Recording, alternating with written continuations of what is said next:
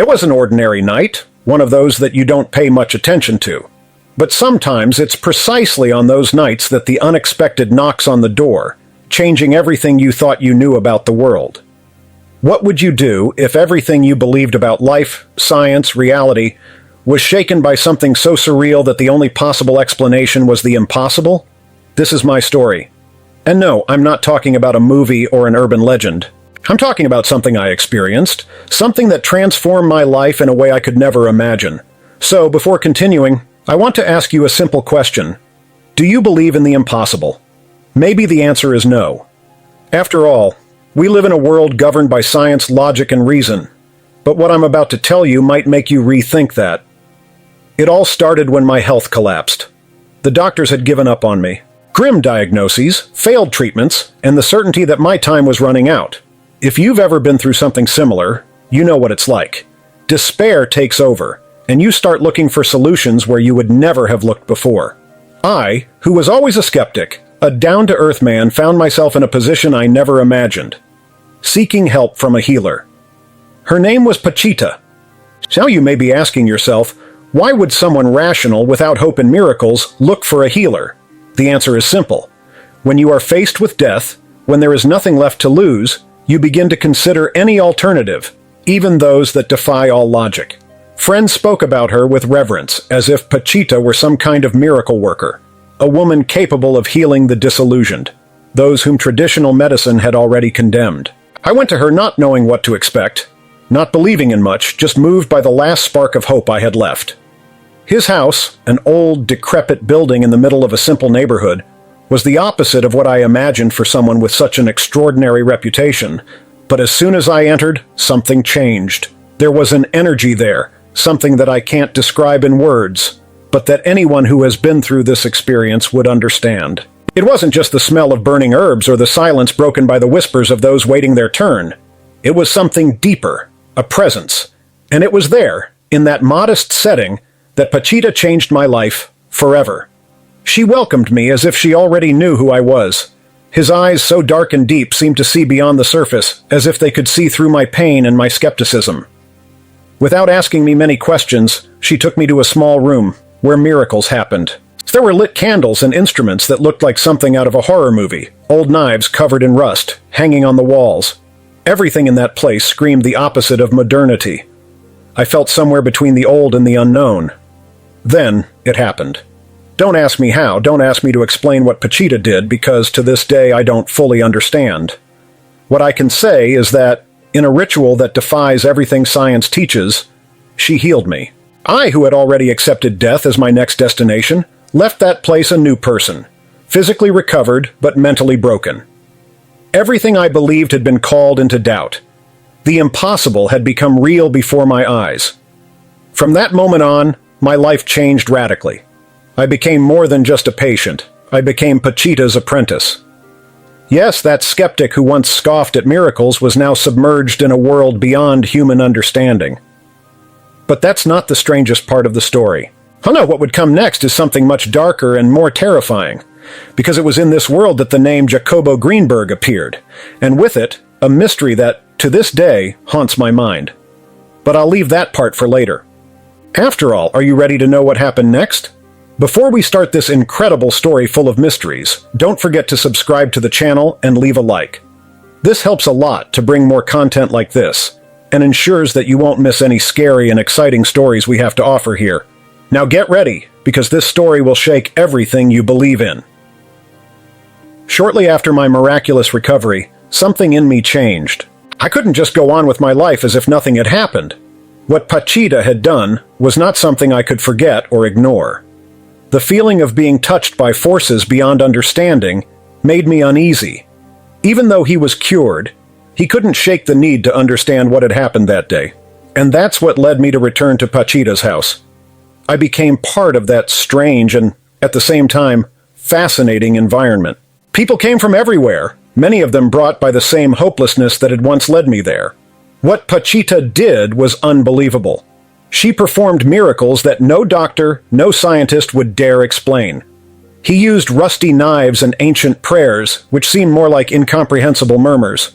Every time she picked up her tools and began a ritual, the air around us changed. It wasn't just a feeling of mystery. It was as if the environment itself breathed in a different way. Once a woman came to the brink of death. His family members cried, unable to deal with the imminent end. The doctors had already said there was nothing more to do. But Pachita, with her calm and serenity that I had never seen before, did what seemed impossible. She held her knives, mouthed her words, and somehow, without physically hurting or cutting, healed this woman before our disbelieving eyes. The woman, who arrived pale, without strength, walked out of Pachita's house as if she had been born again. But I wasn't just there to observe. Over time, I became part of that process.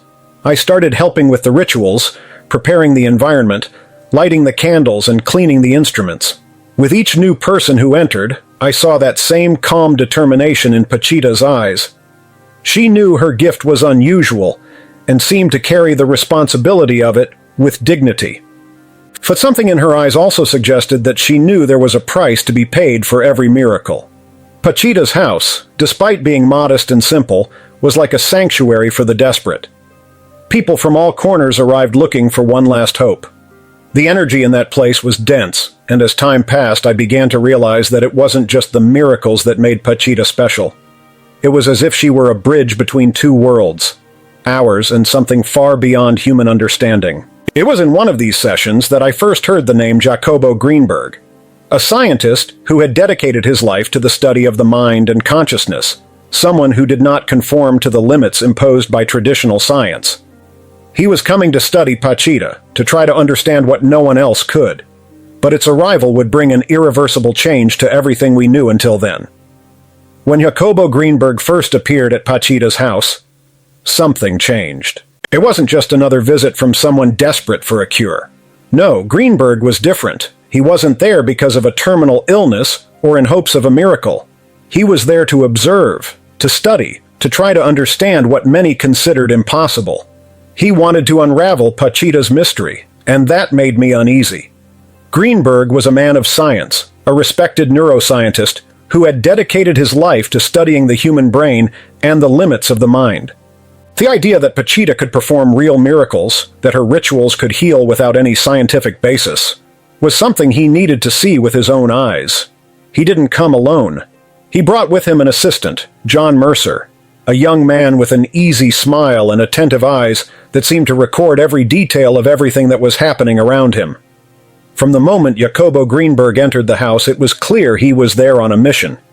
He watched everything with a mixture of fascination and skepticism, frantically noting Pachita's every move in his notebook.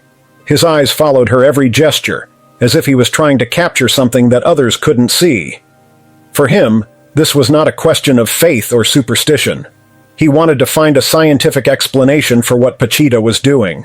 But the truth is that what was happening there could not be explained by any medical or neuroscience book. Grinberg didn't hide his skepticism. Every time Pachita began a ritual, he looked with the expression of someone hoping to find a trick, a flaw in logic. Mercer, on the other hand, seemed to be completely involved. He watched everything with eager eyes, always ready to help, always observing every detail with obsessive attention. It was as if he was looking for something that others didn't see, something beyond the simple act of healing. During one of these sessions, Pachita was confronted by Grinberg. He asked how it was possible that someone with no medical knowledge could perform such extraordinary cures. He wanted to know what was behind the rituals, how she managed to operate without anesthesia, without modern equipment, just with old knives and her faith. Pachita, with her usual calm, looked directly into Grinberg's eyes and, without hesitation, replied, "I'm just a channel doctor. It's my alley who decides." These words left Grinberg perplexed, but they also made him question even more what was going on here. As the days passed, the tension in Pachita's house increased. Grinberg continued his observations, and Mercer was always nearby, offering his help. But something about him bothered me. There was something in Mercer's eyes, a kind of hidden ambition, a desire to discover something that went beyond what others were seeing. And as I watched, an uneasy feeling grew inside me. I knew something bigger was coming, something that would change everything we knew until then. Grinberg was looking for answers, but I was beginning to fear that what he was looking for was much more dangerous than he imagined.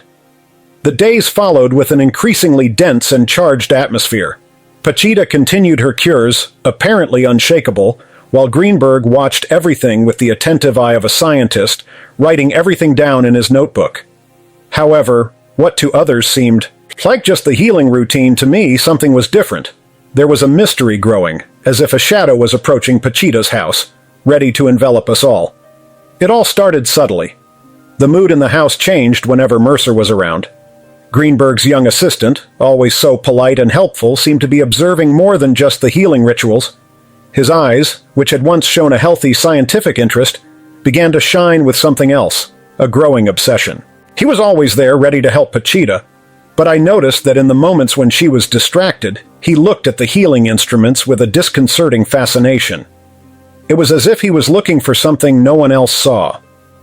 I remember one particularly strange night. We were in the middle of a difficult healing, a woman who had been considered a lost cause by doctors. Her organs were failing, and Pachita was fighting against time. The surrounding candles flickered violently. The air in the room was heavy and dense, as if an invisible force was present. Grinberg and Mercer were off to the side, watching every move. Mercer, however, wasn't just watching. He was obsessively recording everything, every word, every gesture, every vibration in the room. What disturbed me most was the moment when Mercer, without anyone noticing, started playing Pachita's instruments. It was not a simple scientific curiosity. It was as if he was trying to feel something through them. He held the knives as if he wanted to absorb the power they contained. It was at that moment that it occurred to me that Mercer wasn't just there to learn or watch. He was searching for something deeper, something that perhaps even Grinberg didn't know. After that session, I began watching Mercer closely. Every day, his movements became more suspicious, more calculated. He spent more time alone in Pachita's room, claiming he was helping organize the instruments. Yet something inside me told me he was searching for something more, something that could change everything. It was then that I realized that Mercer was recording things that didn't concern the patients. He was interested in the rituals themselves. This made me uneasy, and I began to wonder what exactly was he after. Furthermore, Pachita herself seemed increasingly tired, as if the burden of her cures was weighing more each day. She would never admit it, of course, but I could see it in her eyes. Something was wrong, and the arrival of Grinberg and Mercer, although initially beneficial, seemed to be accelerating a process that I could not fully understand. I felt like we were approaching something big, something dangerous. What disturbed me most was the fact that no matter how hard Mercer tried to hide it, I knew he was involved in something that wasn't just science. Grinberg, despite his initial skepticism, seemed to be beginning to open up to the possibility that what Pachita was doing could not be explained by science. Mercer, on the other hand, was going in a completely different direction. He was more interested in harnessing Pachita's power than understanding it. I knew that if we continued down this path, something terrible would happen. The mystery surrounding Mercer was growing, and I had no doubt he was hiding something. And this suspicion began to gnaw at my mind. Mercer became a constant presence in Pachita's home. But unlike Grinberg, who remained skeptical and distant, the young assistant grew closer and closer. He wasn't just observing. He was getting into the heart of what Pachita did. With each passing day, it became clear to me that Mercer was obsessed with something beyond scientific curiosity. His behavior was meticulous, almost ritualistic. He seemed to have a growing urgency to discover something, as if time was running out for him. While Grinberg noted each cure with a critical eye, Mercer went further.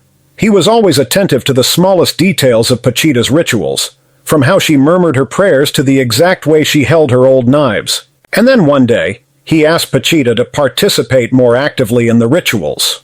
Claiming that he wanted to learn more deeply, Mercer began to help directly, offering his hands to hold instruments and even beginning to imitate the gestures that Pachita made during the healings.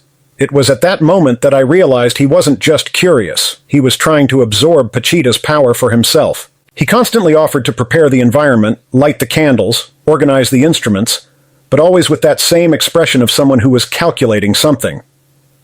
I knew he was trying to dominate what Pachita did. His eyes, once innocent and curious, now seemed filled with a kind of hidden greed, and what worried me most was that Pachita seemed to ignore this. At that time, I started following Mercer when he left the house.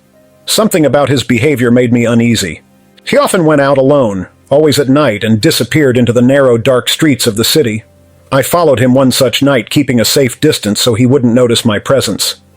It was then that I saw something I should never have seen. Mercer was met by two men dressed in black, with impassive faces, almost inhuman in their coldness. They exchanged a few words, and then one of the men handed Mercer an envelope. He quickly tucked the envelope into his coat, as if he were hiding a vital secret. My heart raced. Who were those men? What was Mercer up to? From that moment on, I was sure that Mercer was not just an assistant. He was involved in something much bigger, something much more sinister. When Mercer returned to Pachita's house that night, he acted as if nothing had happened. He greeted me with that same friendly smile, but his eyes carried a different shine, a coldness that I had never seen before. I knew I couldn't trust him, and I knew I needed to find out what he was hiding. But at the same time, I feared what this truth could mean. Mercer's presence in Pachita's house was no longer just a matter of scientific curiosity. There was something very wrong going on, and I was in the middle of it all. What did he really want? And more importantly, what was he willing to do to get it? These questions began to haunt my days as I got closer to the terrible truth that was about to come. As the days passed, the tension within Pachita's house became palpable. It wasn't something that could be easily explained, but everyone present felt this change. There was something in the air, an invisible pressure that seemed to tighten your chest and give you chills. I knew it had to do with Mercer. His presence, which initially seemed to be just that of a curious young assistant, had transformed into something much more sinister. He was no longer content to just observe the rituals. He was clearly involved in something bigger, something that I couldn't fully understand, but that left me deeply unsettled. One night, after a long day of healing and rituals, Pachita seemed more exhausted than usual. His strength, which was normally unshakable, seemed to be slowly fading away. Mercer, as always, was there to help her, bringing her a glass of water and offering assistance with her instruments. But I could no longer ignore the feeling that there was something wrong with him.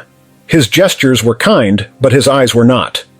They watched everything, as if they were calculating every move, every reaction, as if Mercer was looking for an opening, an opportunity. It was that night that Pachita, after finishing a particularly exhausting ritual, called me to talk. She looked worried, something I rarely saw in her eyes. We sat in a corner of the room, away from Grinberg and Mercer's eyes. His voice was low, almost a whisper, as he told me there was something dark going on. "They're coming," she said without explaining who they were. But the fear in her eyes was enough to make me feel that something terrible was about to happen.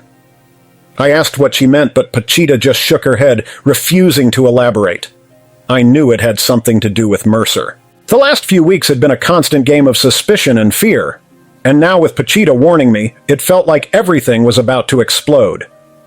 The figures Mercer met in secret, the envelope he received, and his increasingly obsessive behavior, it all formed a plot that I couldn't fully understand, but which made me increasingly certain that we were on the verge of a dangerous discovery. At the same time, Grinberg also seemed to sense that something was wrong.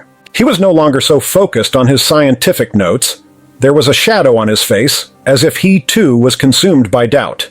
His questions about Pachita's rituals had lessened, and he seemed more interested in understanding the energy that circulated in the house, the same energy that now seemed to suffocate us all. That night, while Pachita rested and Grinberg and Mercer were busy with their own thoughts, I decided I couldn't sit still any longer.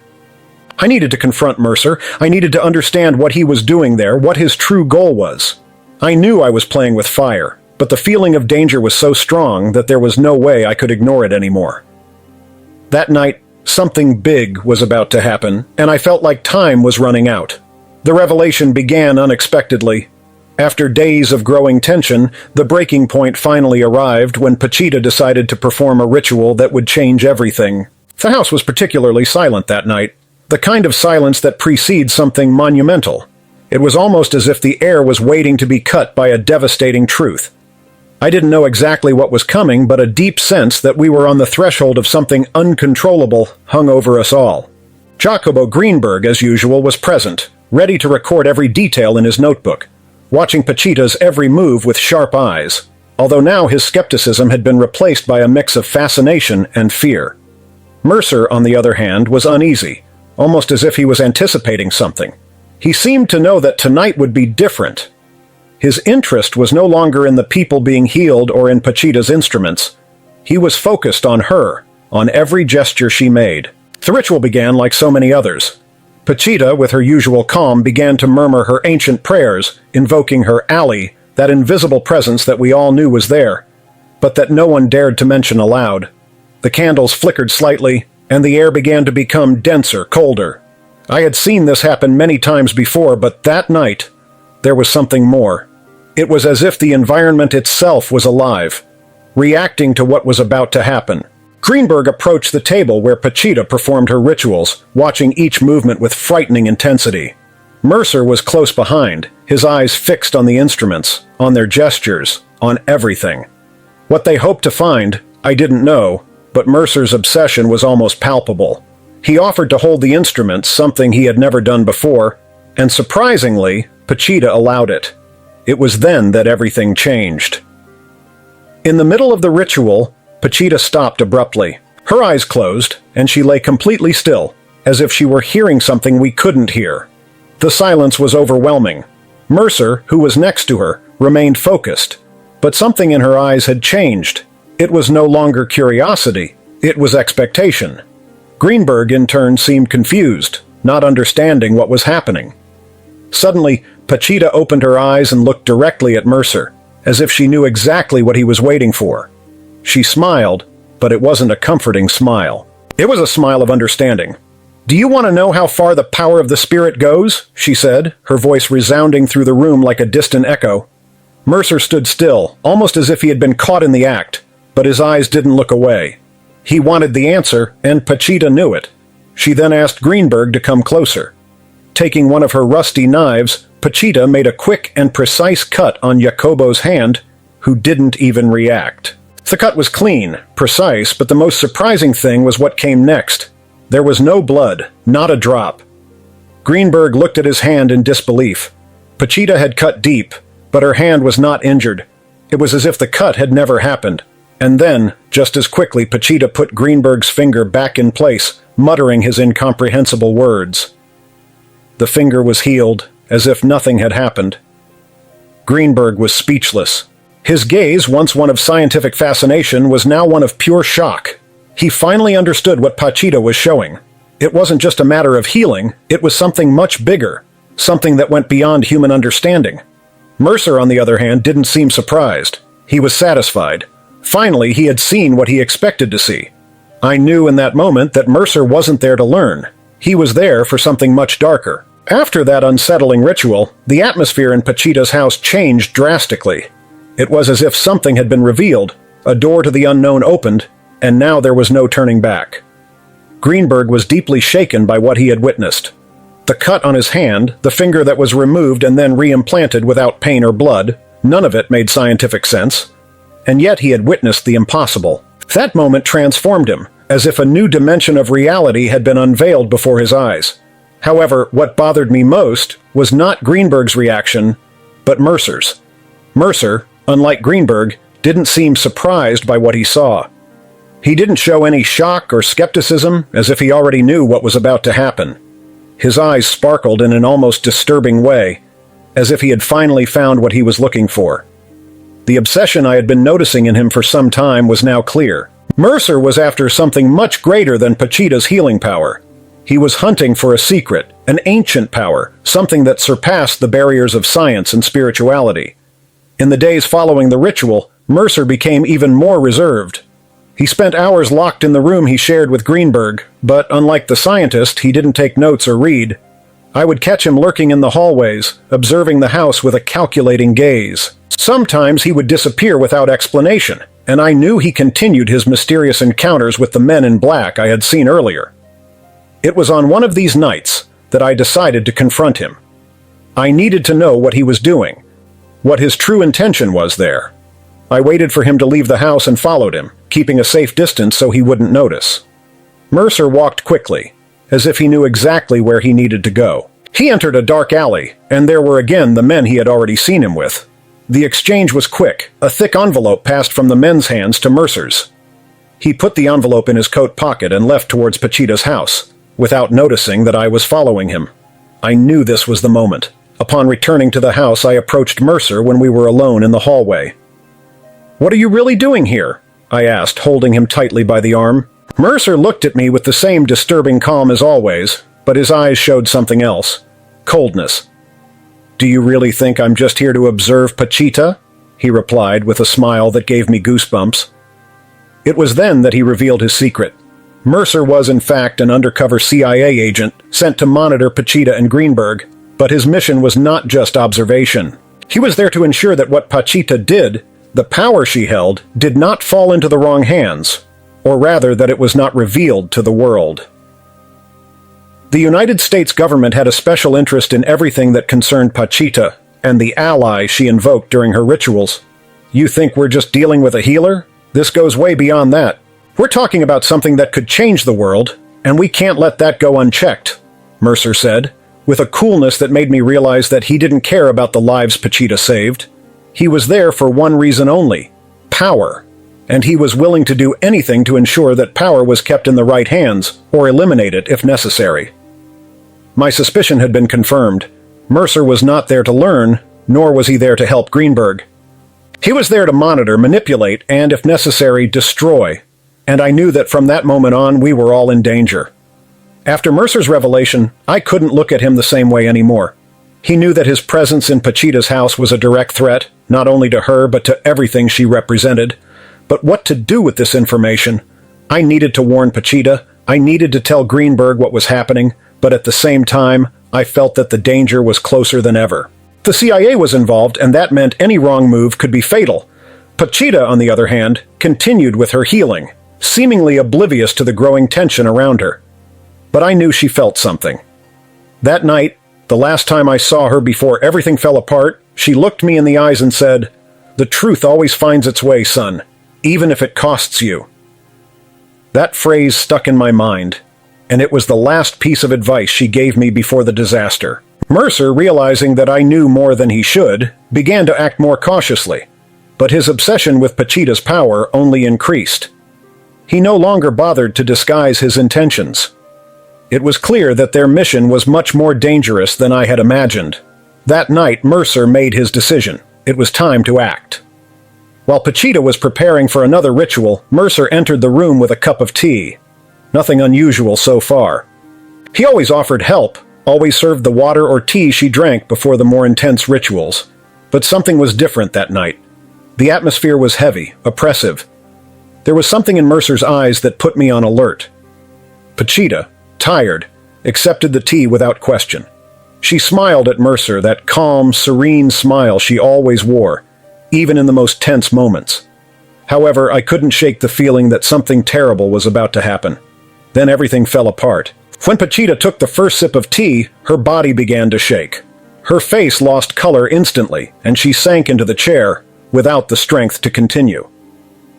What had Mercer done? Without thinking twice, I ran towards her, trying to understand what was happening. Pachita, with a tremendous effort, held me by the hand and murmured something incomprehensible.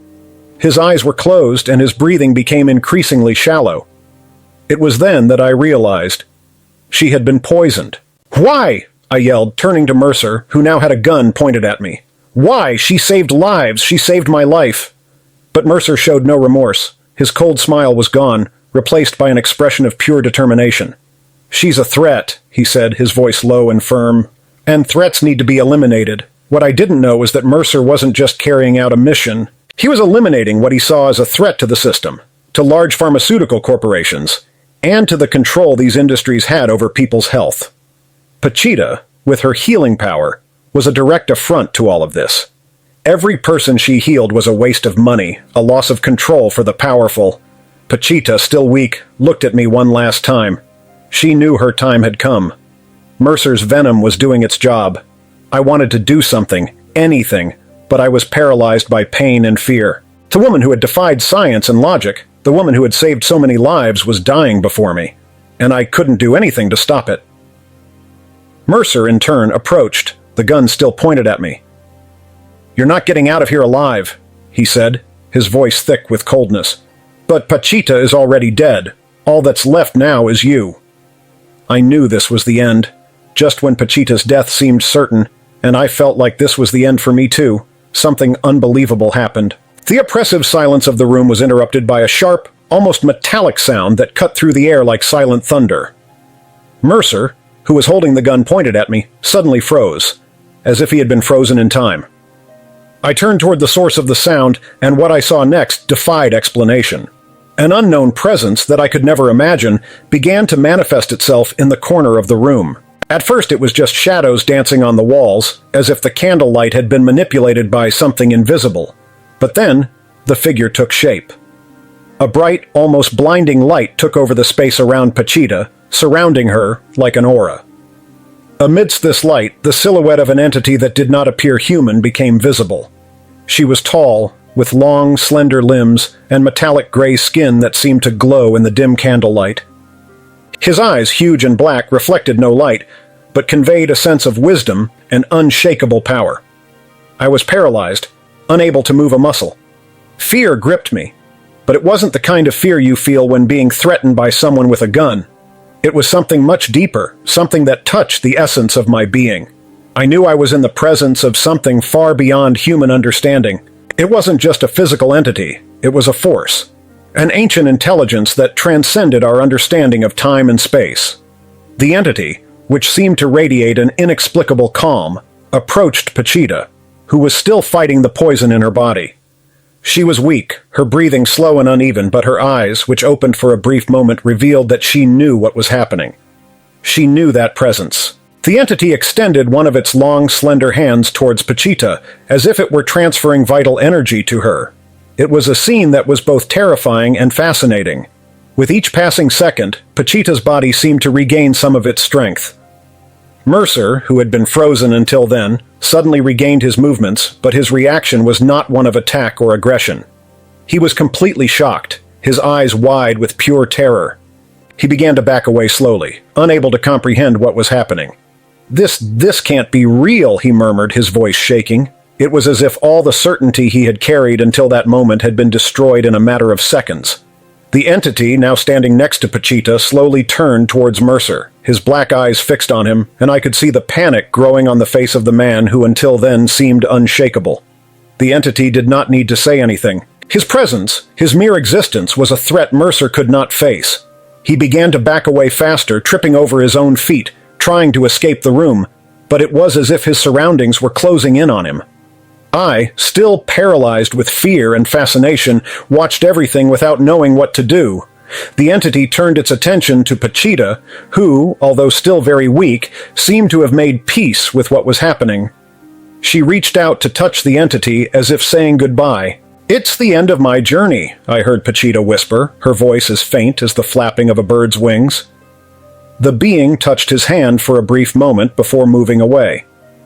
Then, as quickly as it had appeared, the entity disappeared. The light around Pachita dimmed until the room returned to its normal state, but the impact of what happened was etched in my mind forever. The disappearance of the entity left the room plunged into a deep, almost supernatural silence. Pachita, although still very weak, looked at me with a look that I will never forget. There was a peace in her eyes, as if she knew her mission had been accomplished. She had been touched by something that transcended our reality, something that, on a deep level, she always knew was with her. But now the burden of his legacy was about to be passed on to me. I approached her, still shaking from what I had just witnessed, and held her cold hand. His breathing was heavy, and I knew there wasn't much time left. Pachita looked me in the eyes and in a weak voice began to speak. "What you saw is not something many would understand, and so the responsibility now falls to you to keep that knowledge safe." I could hardly believe what was happening. Pachita was trusting me with something that I didn't know if I was prepared to accept. She explained to me that, over the years, her power was never completely hers. The entity, which she referred to as Quotamoc, was the true source of her abilities. She was just a channel, a bridge between two worlds. "Every healing I've performed, every miracle you've witnessed, was thanks to him," she whispered, referring to the alien being we had just seen. Pachita explained that Quatamoc's power was not something that could be controlled or manipulated. He chose who to help, and Pachita over the years had been his go-between. But now, with his death imminent, that burden needed to be passed on to someone who could protect him. Someone who did not seek power or control, but rather the greater good. "You need to continue what we started," she told me, her eyes slowly closing. Do not allow it to fall into the wrong hands. There are many who will do anything to possess this power. They do not understand what is at stake. Cuauhtémoc came to help, but there are those who see it only as a weapon. These words echoed in my mind. I knew she was referring to Mercer, but also to much larger forces, corporations, governments, people who were willing to sacrifice everything for control. And now, I was in the middle of it all, with a responsibility I never asked for but couldn't refuse. Pachita then made one last request to me. You must find Cuauhtémoc again. He will appear to you when the time is right. But until then, you must protect yourself and protect what you know. Those were his last words before his breathing stopped completely. I remained there on my knees beside Pachita, feeling the crushing weight of what she had entrusted to me. I wanted to cry. I wanted to scream, but I was numb from the shock. Pachita, the woman who saved my life, who touched so many other people's, was gone. And I was now the keeper of a secret that could change the fate of everything. Pachita's body was there, motionless, but I knew that her essence had left along with Cuauhtémoc. I didn't know what to do next, but I knew the danger had not passed. Mercer was still around, and what he was looking for hadn't disappeared. Pachita's legacy was in my hands, and with it, a responsibility that I still didn't fully understand. The weight of responsibility that Pachita had left me was crushing, but time was not on my side.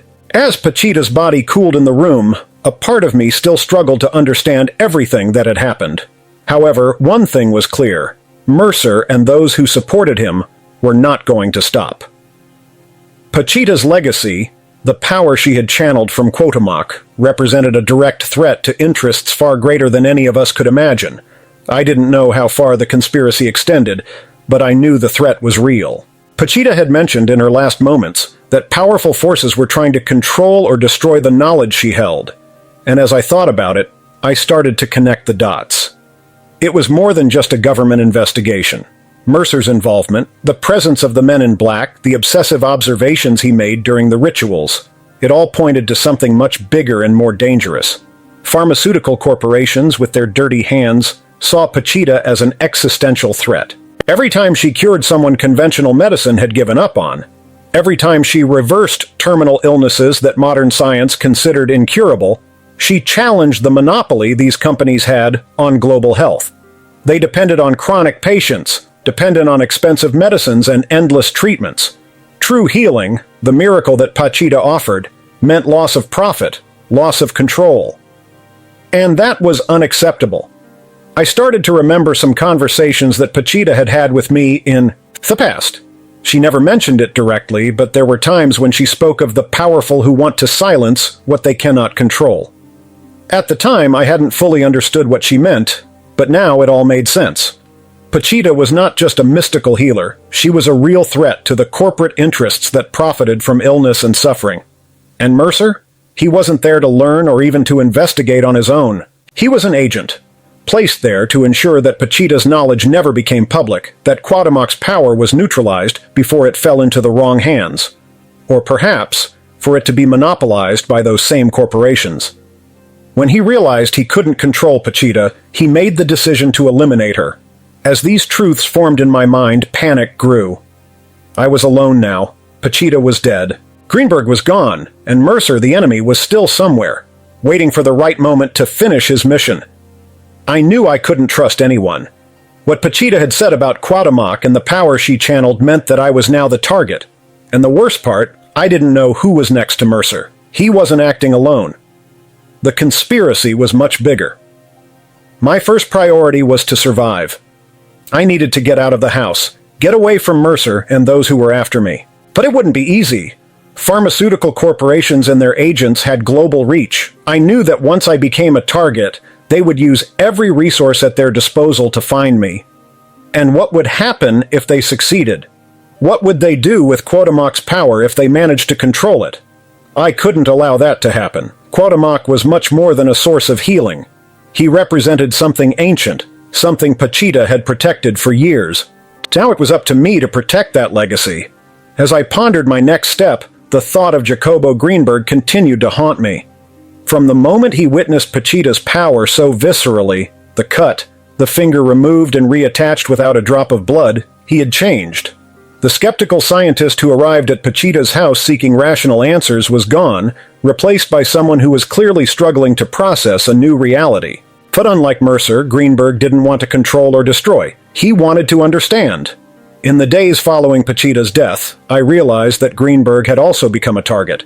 And then, he disappeared. It all happened very quickly. Grinberg was scheduled to give a talk. Something he said would reveal to the world his discoveries about the human mind and its interactions with realities beyond what we know. He wanted to talk about Pachita, about Cuauhtémoc, and about the implications of these forces that went far beyond healing. It was the speech he believed would change everything. But Grinberg never got to give that talk. The day before the event, he simply disappeared. There were no signs of a struggle, no clues left behind. He disappeared without a trace. Local authorities did not pay much attention to the case, and the media treated the disappearance as another unsolved mystery. But I knew what had happened. Mercer and his superiors could not allow Grinberg to speak. The knowledge he was about to share could not be made public. It was a direct threat to the corporate and government interests that controlled the narrative about health, the mind, and power beyond human understanding. Grinberg knew too much, and like Pachita, he became a problem to be eliminated. What scares me most is that Grinberg's disappearance was not treated as a priority. Nobody really investigated. It was as if he had ceased to exist, as if he had never been there, and it made me realize the depth of the conspiracy. They had enough power to completely erase a person from the face of the earth, to rewrite history, and ensure that no trace of their existence remained. I knew that Grinberg had been silenced, and now I was next. The power that Mercer and his superiors sought was no longer in the hands of Pachita or Grinberg. It was mine. I needed to be smart, fast, and above all invisible. Jacobo's disappearance was a reminder that there was no way to fight these forces directly. They had unlimited resources and would not hesitate to eliminate anyone who threatened their control. The only way to survive was to hide, distance myself from the world, and protect what I knew, just like Grinberg tried to do. Pachita's legacy, Cuauhtémoc's power, and Jacobo's disappearance were now a cycle that I needed to understand and somehow break. After Jacobo Grinberg's disappearance, the tension that already surrounded me turned into absolute terror. I knew I was now alone against forces I barely understood. Mercer was still on the loose, and his mission hadn't ended with Pachita's death or Jacobo's disappearance. If he had killed Pachita to prevent Cuauhtémoc's power from being revealed to the world, now, there was only one person left to eliminate: me. I did what I could to disappear. I abandoned any remnants of my previous life, changed cities, and started living in the shadows, in constant fear of being found. But the truth is, I never felt safe. I felt that Mercer and his allies were always one step ahead, and that at any moment I could be the next to disappear without a trace, just like Jacobo. For weeks I fled from city to city, trying not to create patterns, never staying in one place for too long. But then one night, while hiding in a cheap motel in the country, Mercer finally found me. The sound of screeching tires in the parking lot was the first sign. My heart skipped a beat when I heard firm, purposeful footsteps approaching my bedroom door. The handle turned slowly, and the door opened with a soft creak. There he was, Mercer, with the same calm and collected expression as always, as if everything were under his command. He didn't say anything at first. He just looked at me for a few seconds that seemed to last an eternity. In his hand he held the same gun he had used to threaten my life the night Pachita died, but this time there was something different in his eyes. An even more intense coldness, as if he knew he didn't need words to complete his mission. "You ran for quite a while," he said, finally breaking the silence. "But I knew I couldn't run away forever." I stood still, trying to remain calm, even though my mind was racing. There was nowhere else to run. The end was inevitably before me. "You understand now, don't you?" Mercer continued, his tone almost condescending. "This isn't personal. It never was. You're on the path to something much bigger than you can comprehend." I knew Mercer was talking about Cuauhtémoc, the power he represented, and the fact that he, or rather those he worked for, could not allow that power to run loose in the world. For them, Cuauhtémoc's power was not something that could be used for good, as Pachita had done. It was a weapon, a resource to be controlled and monopolized, or destroyed if necessary. "You don't understand what's at stake," I said, trying to appeal to some shred of humanity in Mercer. Pachita, she just wanted to help people. Cuauhtémoc is not a threat, he is a force for good. Mercer smiled, a hollow, cruel smile. That's what you think, but this kind of power is never harmless. It will always attract those who want to use it for their own ends, and that's why we can't allow it to continue. What do you think what would happen if the world knew about Cuauhtémoc? The struggle for control. I'm here to prevent it. I knew arguing wouldn't do any good. Mercer had made his choice, and he was here to finish the work he had started. But even so, the idea that all of Pachita's knowledge, all of Cuauhtémoc's power, could simply disappear forever, it tore me apart. It wasn't fair. That couldn't be the end. Suddenly a noise came from outside. Mercer was distracted for a second, and that was enough. I ran towards the window and jumped into the dark alley. I heard the sound of shots ricocheting against the wall, but I kept running. My entire body was on alert, driven only by survival instinct. I didn't look back. I couldn't. The only thing I knew was that I needed to escape, because if Mercer caught me, there would be no going back. That night's escape was just the beginning of a new stage in my life. I knew Mercer was still on my trail, but now, more than ever, I was certain that what Pachita had left me was far greater than anything I could comprehend. And I wasn't alone. Something had changed since Pachita's death. Something had been awakened within me. It wasn't just the knowledge she had imparted, but a connection to Cuauhtémoc, as if, somehow, that being was watching me, guiding me from a distance. After Mercer's pursuit, I hid in a remote location, far from cities and anywhere I could be easily found. For weeks I reflected on everything that had happened. What exactly had Pachita bequeathed to me? I knew it wasn't just Cuauhtémoc's secret, but a greater purpose. She had tasked me with protecting this power, but how would I do it? I didn't have his skills, his wisdom, his direct connection to that mysterious being. Then one night, while I was alone in an isolated cabin in the mountains, something happened. The air around me began to change, becoming thick and heavy, as if an invisible presence was approaching. The feeling was familiar, much like what I had felt the night Cuauhtémoc first appeared at Pachita's side. Suddenly, a light shone outside the cabin, an intense, vibrant light that seemed out of this world. When I went out to investigate, my heart sank. There he was, Cuauhtémoc, the entity that had been the source of all of Pachita's power. His metallic silhouette and dark eyes stared at me with an intensity that seemed to pierce my soul. I knew in that instant that he had found me. He didn't say anything, but he didn't need to. His presence, his energy, said everything I needed to know. Pachita's legacy had not been passed on to me by chance. I was now Cuauhtémoc's secret keeper, the bearer of ancient and dangerous knowledge. And with that came greater responsibility than I could have ever imagined. Cuauhtémoc approached me, and when his long, cold hand touched my shoulder, a wave of energy coursed through my body. It was as if I was being filled with wisdom that transcended time and space, as if all the answers I sought were being beamed directly into my mind. But at the same time, I knew this connection put me in danger. Mercer and the others behind me wouldn't give up. They knew that Cuauhtémoc's power had not disappeared with Pachita, and that now I was the last link separating them from that power.